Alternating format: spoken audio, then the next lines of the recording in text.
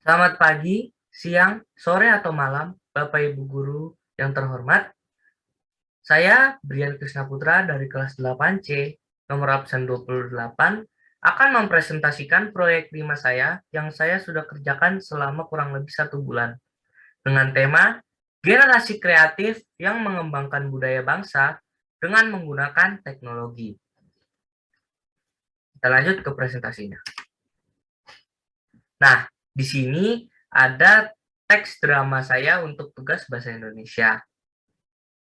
Izinkan saya untuk membacakan secara dramatis. Pada suatu hari, di lapangan komplek, Chris dan teman-temannya sedang berkumpul bersama dan bermain bola dan mengobrol bersama. Lalu, karena hari menjelang siang, maka Chris pun merasa lapar dan tentunya meminta makanan kepada mamanya dan meminta juga untuk teman-temannya. Teman-teman, aku lapar nih. Main ke rumahku yuk. Kita makan bareng. Johnny, Jimmy, dan Muhammad setuju untuk main ke rumahnya Chris. Namun, Muhammad berpuasa. Tetapi tidak ada yang tahu kalau sebenarnya Muhammad berpuasa. Sampai rumah Chris. Hai Chris. Ada teman-temannya. Halo semua.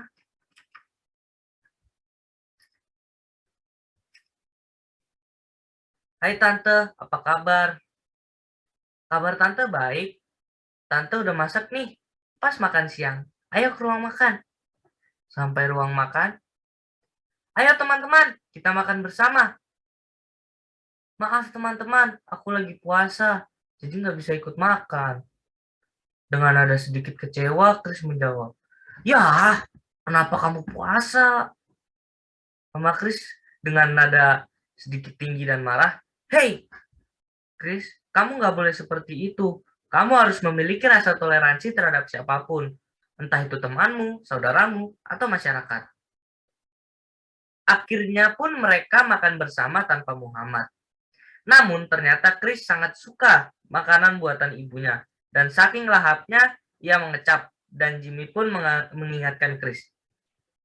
"Hei Chris, kalau makan jangan mengecap ya."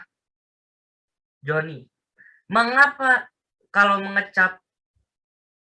"Ya itu cuma etika budaya aja sih, sejak dulu."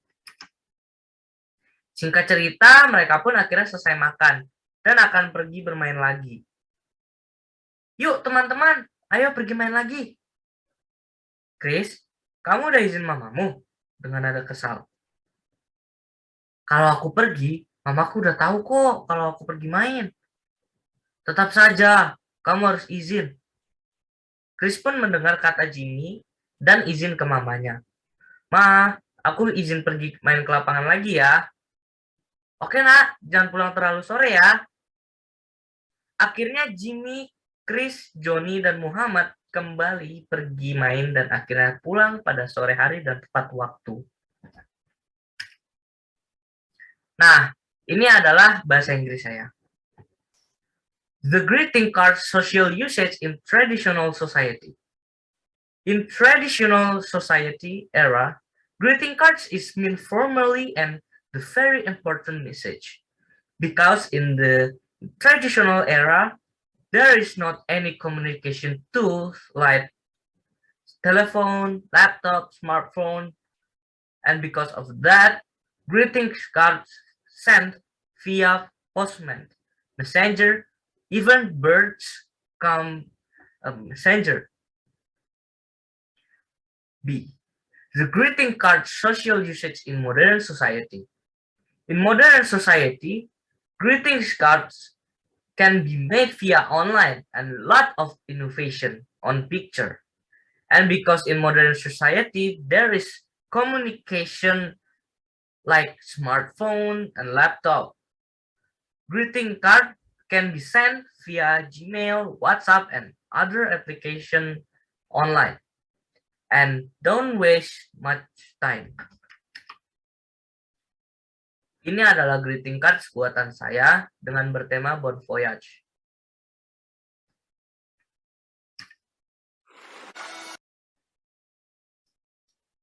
Nah, di sini ada PJOK saya.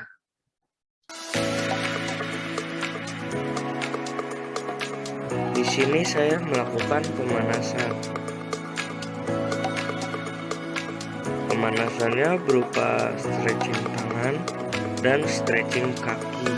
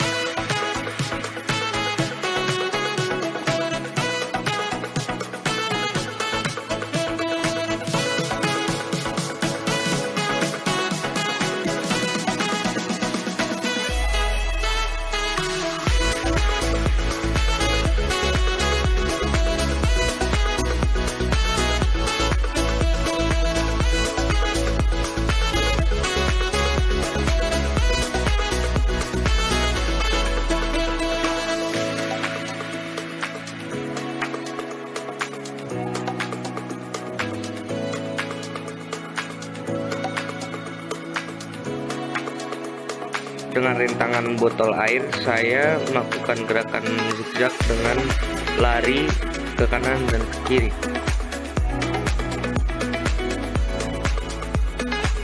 Di sini saya melakukan gerakan lompat halang rintang. Sesuai dengan namanya, saya melakukannya dengan melompati rintangan berupa kardus dan saya lompat satu demi satu rintangan.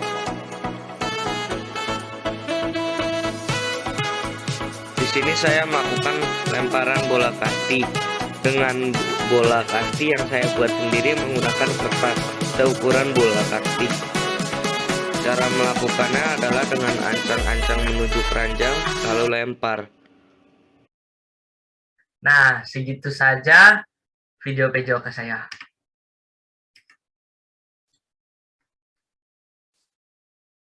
Nah, ini untuk IPA. Resonansi bunyi adalah peristiwa bergetarnya suatu benda akibat getaran yang dihasilkan oleh sumber bunyi.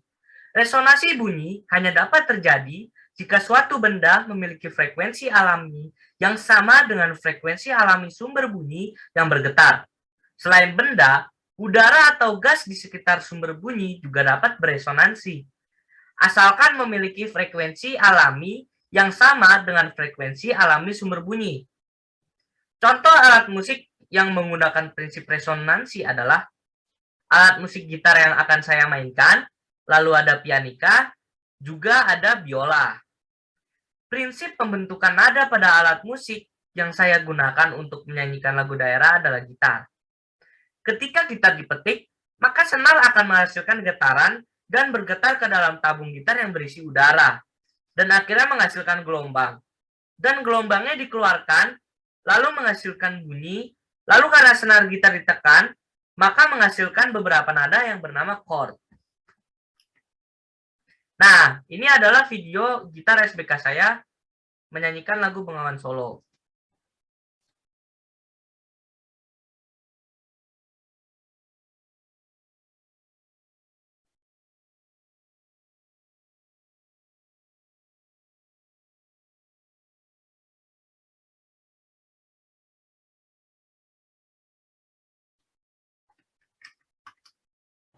Halo, saya Brian dari kelas 8C. Saya akan membawakan lagu Bengawan Solo dan bermain gitar.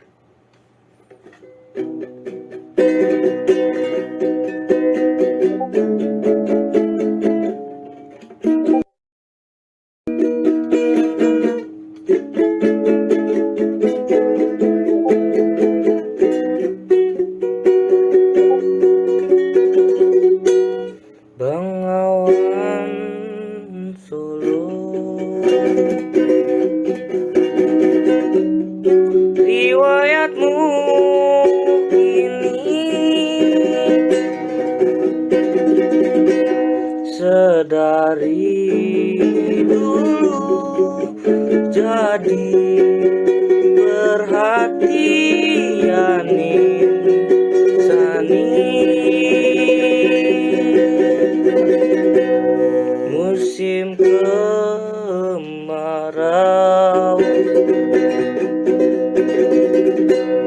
Tak seberapa airmu di musim hujan dan air meluap sangat jauh. Terima kasih. Nah, segitu saja untuk video SBK saya. Lalu ini ada IPS dan PKN. Buatlah analisis budaya-budaya Indonesia yang merupakan peninggalan dari pemerintahan Belanda dan Jepang di Indonesia. Dan apa semangat Sumpah Pemuda yang kalian petik dan bagaimana cara mewujudkannya dalam kehidupan sosial budaya masa sekarang. A. Stasiun Jakarta Kota. Berawal dari 89 tahun yang lalu, tepatnya pada 8 Oktober tahun 1929, Gubernur Jenderal Hindia Belanda Andries Cornelis Dirk Graaf meresmikan sebuah stasiun yang terletak di wilayah Batavia.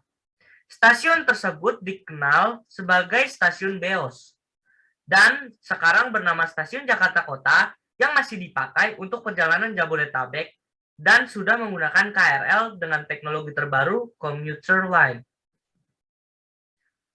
Lalu ada Jalan Anyar Panarukan. Herman Willem Daendels pada tahun 1808 mulai menjadi gubernur jenderal kolonial dan menguasai Asia dan memerintah. Untuk memudahkan tugasnya di Pulau Jawa, Daendels membuat jalan sepanjang 1000 km dengan sistem kerja rodi atau kerja paksa. Dan sampai saat ini masih digunakan untuk jalan penghubung dari Kabupaten Anyar, Banten hingga Panarukan, Jawa Timur. C. Bandara Sugimanuru merupakan bandara kecil yang terletak di Pulau Mua, Kabupaten Muna Barat, Sulawesi Tenggara. Bandara ini kini berada di bawah pengelolaan Kementerian Perhubungan dan masih dipakai sebagai alat transportasi udara untuk akses ke kota besar, contohnya Makassar. Bandara Sugimanuru dibangun Jepang untuk kepentingan militer, guna mendukung ekspansi ke Perang Pasifik, terutama di kawasan Laut Jawa dan Laut Banda. D. Bandara Leo-Watimena.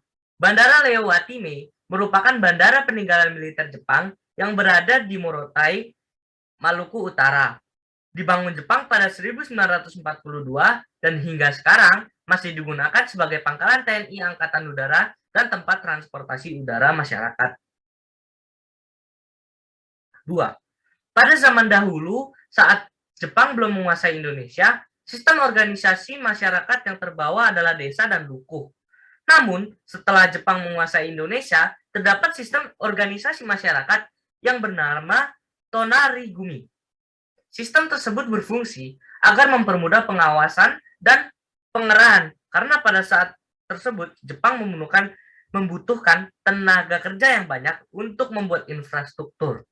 Dan akhirnya sistem Tonarigumi tersebut masih digunakan sampai sekarang dan bernama RT atau rukun tetangga, karena sistem masyarakat seperti RT sangat efektif.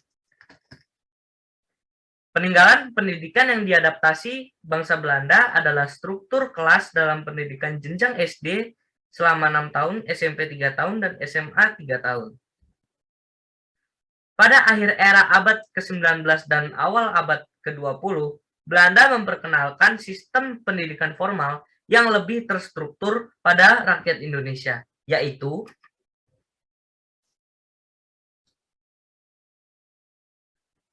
ada ELS, Europäische Lager School, sekolah dasar bagi orang Eropa. Lalu ada HIS, Hollandsche Inlandse School, itu sekolah dasar bagi pribumi. Lalu ada MULO atau Ultgebrit Lager Onderwijs untuk sekolah menengah, lalu ada AMS, ada Algemeen Middelbare School, sekolah atas, lalu ada HBS, Hoger School, pra universitas. Dan hingga sekarang, jenjang tersebut masih digunakan pada sistem pendidikan Indonesia dengan waktu yang mirip juga pada sistem pendidikan penjajahan Belanda, yaitu SD, sekolah dasar dengan kurun waktu 6 tahun, lalu ada SMP, sekolah menengah pertama dengan kurun waktu 3 tahun, lalu ada SMA atau sekolah menengah atas dengan kurun waktu 3 tahun. Dan lalu ada yang keempat, universitas atau mahasiswa dengan beberapa jurusan dan kurun waktu yang tidak pasti, namun biasanya ditempuh dalam waktu 3,5 tahun. Ini adalah agama. Jelaskanlah tanda dan sarana keselamatan yang ada di budaya Indonesia. Pulau Jawa adalah pulau yang memiliki banyak provinsi dan terdiri dari beberapa suku, diantaranya adalah suku Jawa, suku Betawi, suku Sunda, dan lain sebagainya. Dan saya di sini memilih salah satu budaya dari suku Jawa sebagai tanda keselamatan, yaitu upacara adat Nyadran. Setiap menjelang Ramadan, masyarakat suku Jawa, khususnya Jawa Tengah dan Yogyakarta, selalu melakukan tradisi Nyadran. Budaya yang telah dijaga selama ratusan tahun ini dilakukan dengan bersih-bersih makam para orang tua atau leluhur, membuat dan membagikan makanan tradisional, serta berdoa atau selamatan bersama di sekitar area makam. Dalam kalender Jawa, bulan Ramadan disebut bulan suci, bulan ruah. Sehingga Nyadran ini juga dikenal sebagai acara ruah. Dirangkum dari berbagai sumber, tradisi ini adalah hasil alkulturasi budaya Jawa dengan Islam. Kata Nyadran berasal dari kata serada yang bermakna keyakinan. Nyadran menjadi bagian penting bagi masyarakat Jawa, sebab para pewaris tradisi ini menjadikan Nyadran sebagai momentum untuk menghormati para leluhur dan ungkapan syukur kepada Sang Pencipta. Salah satu yang khas dan pasti ada di setiap Nyadran adalah acara makan bersama atau kenduri. Proses ini menjadi salah satu yang ditunggu oleh warga. Setiap keluarga membawa makanan hasil bumi. Masyarakat membaur, menikmati makanan yang dihidangkan di atas daun pisang. Masyarakat yang melakukan tradisi Nyadran percaya membersihkan makam adalah simbol dari pembersihan diri menjelang bulan suci dan mendekatkan hubungan antara manusia dengan Sang Pencipta. Dan Nyadran dilakukan sebagai bentuk bakti kepada para pendahulu dan leluhur, serta sebagai bentuk keselamatan terhadap leluhur dan masyarakat yang menjalani tradisi tersebut. Nah, ini adalah matematika. Berenang adalah salah satu olahraga yang sering dilakukan oleh masyarakat Indonesia. Untuk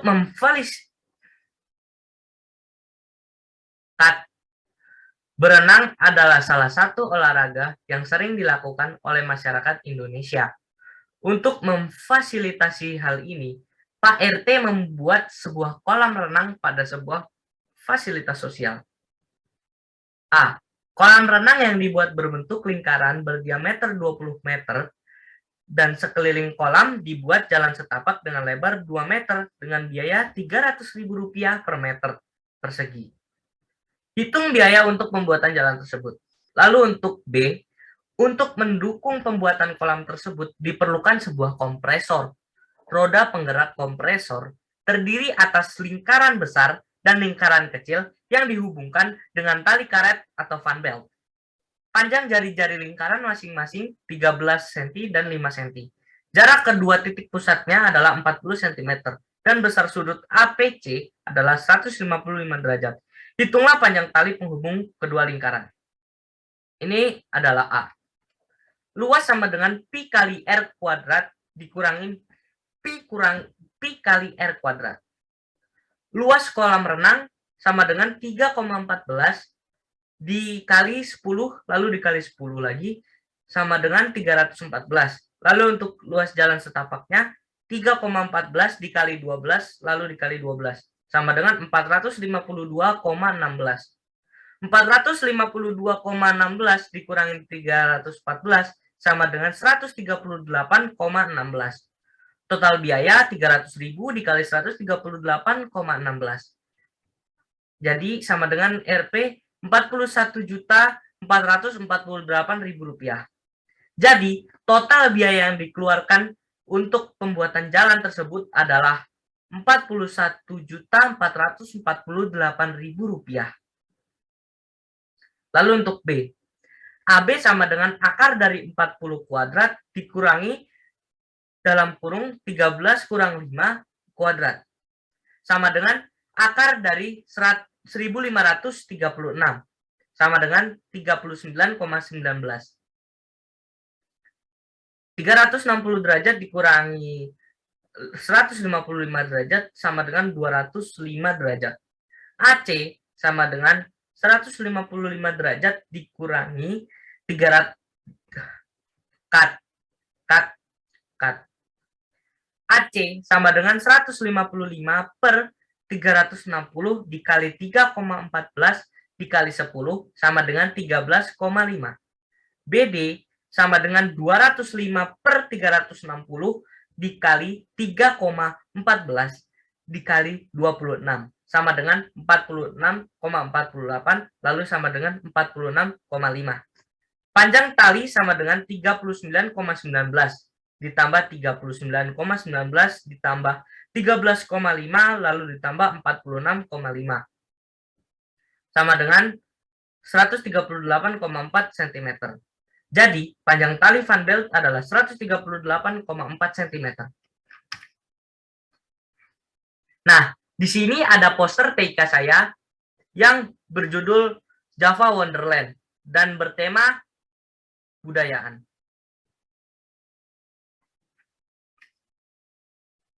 Nah, ini untuk PKT. Tambahkan dan uraikan dua nilai yang paling dominan dari pendidikan karakter Tarakanita CC5+ yang kalian temukan dalam mengerjakan proyek 5. Jelaskan. Nah, saya memilih compassion dan competence. Kalau untuk compassion, saya harus gembira dalam menghadapi realitas dan berpikir positif. Lalu untuk competence, saya harus mandiri dalam mengerjakan tugas karena proyek kali ini bersifat individual. Penutup dan kesimpulan. Kesimpulannya, yang saya dapatkan adalah kita bisa menggunakan teknologi sebagai sarana untuk pengembangan budaya di Indonesia. Di proyek kali ini, saya bisa mengetahui hal-hal baru tentang budaya. Terima kasih Bapak Ibu Guru karena sudah menyempatkan waktunya untuk menonton presentasi saya. Saya harap Bapak Ibu Guru dapat mengerti apa yang saya presentasikan, dan saya mohon maaf bila ada kesalahan kata. Terima kasih. Tuhan memberkati.